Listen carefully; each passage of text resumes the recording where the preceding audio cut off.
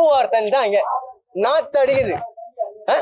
என்ன பண்றது? ஒரு கால் போச்சு பசங்களுக்கு வந்து பசங்க ஸ்கூல் பசங்க போக கூட முடியல.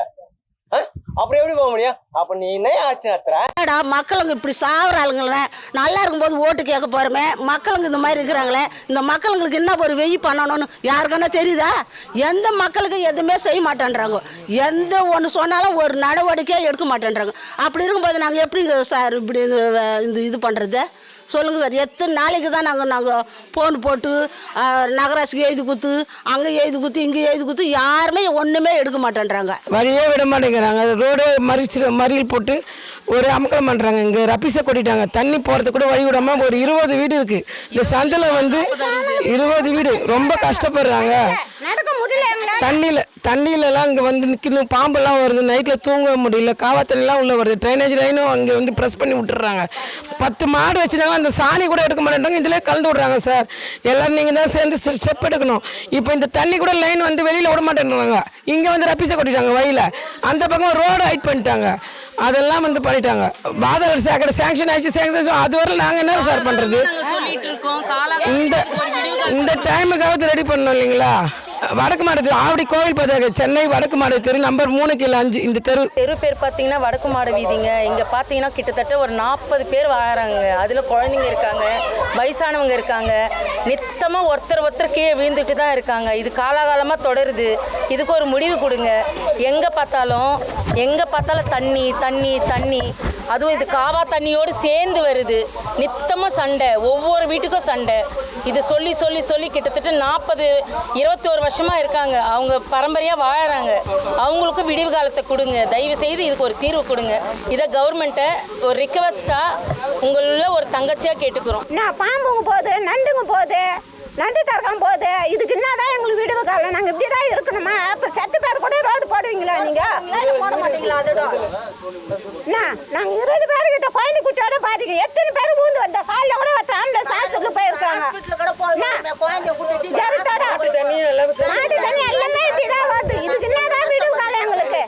இன்னைக்கு 2 பிள்ளை வீட்டில் படுக்க வச்சுன்னு கிடக்குறேன். நான் வேலை செய்கிற பிள்ளைங்கள மனுவும் குத்தாச்சு. மனு குத்து கூட ஒரு இது வரைக்கும் ஒன்றும் வரல. நகராட்சியில மனு கொடுத்துருக்காங்க. 4 வாட்டி போயிட்டு வந்தோம் நாங்கள் நகராட்சிக்கு. எந்த ஏரியான்னு கேட்குறாங்க. எத்தனை எந்த ஏரியா நீங்க? பேரே தெரியாது. அப்போ எப்படி?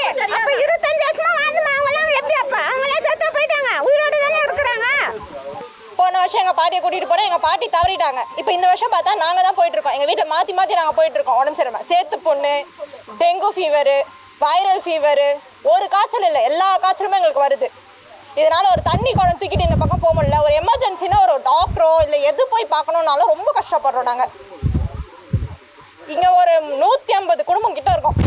ஒரு வீட்டுக்கு 4 ஓட்டு இருக்கு. அவ்வளோ இருந்தும் வந்துட்டு ஒரு கவுன்சிலர் வந்து இங்கே ப்ராப்பராக ஒரு இது எடுக்க மாட்டுறாங்க. ஒரு கோஆப்ரேஷன் ஆஃபீஸர் வந்து யாரும் வந்து ஒரு இது எதுக்குமே வந்துட்டு ஒரு சொல்யூஷனே சொல்ல மாட்டேன்றாங்க.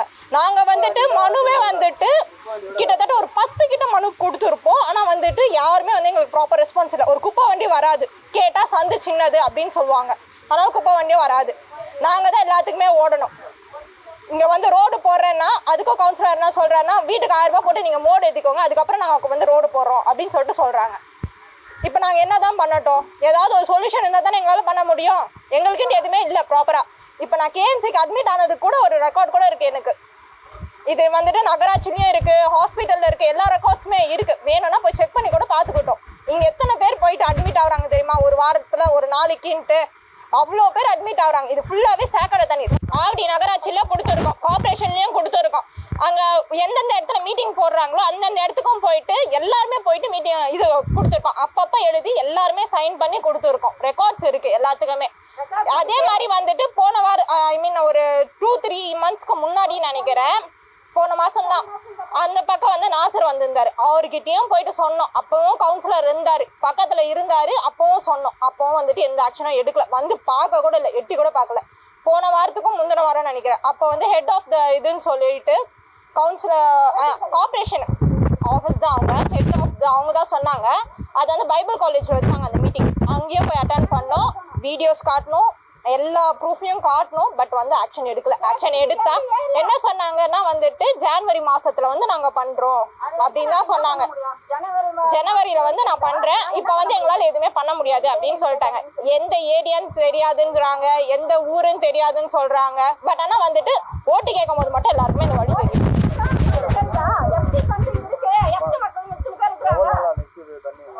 இது வந்து 10 இயர்ஸ் கிட்ட இப்படிதான் நின்னுட்டு இருக்கு. 10 இயர்ஸ் கிட்ட இப்படிதான் நின்னுட்டு இருக்கு. இது வந்துட்டு கோவில் பதாகே நார்த் மாடா ஸ்ட்ரீட். இது குறுக்கு சந்து. இது குறுக்கு சந்து. இந்த சந்தை இல்லைன்னு சொல்றாங்க.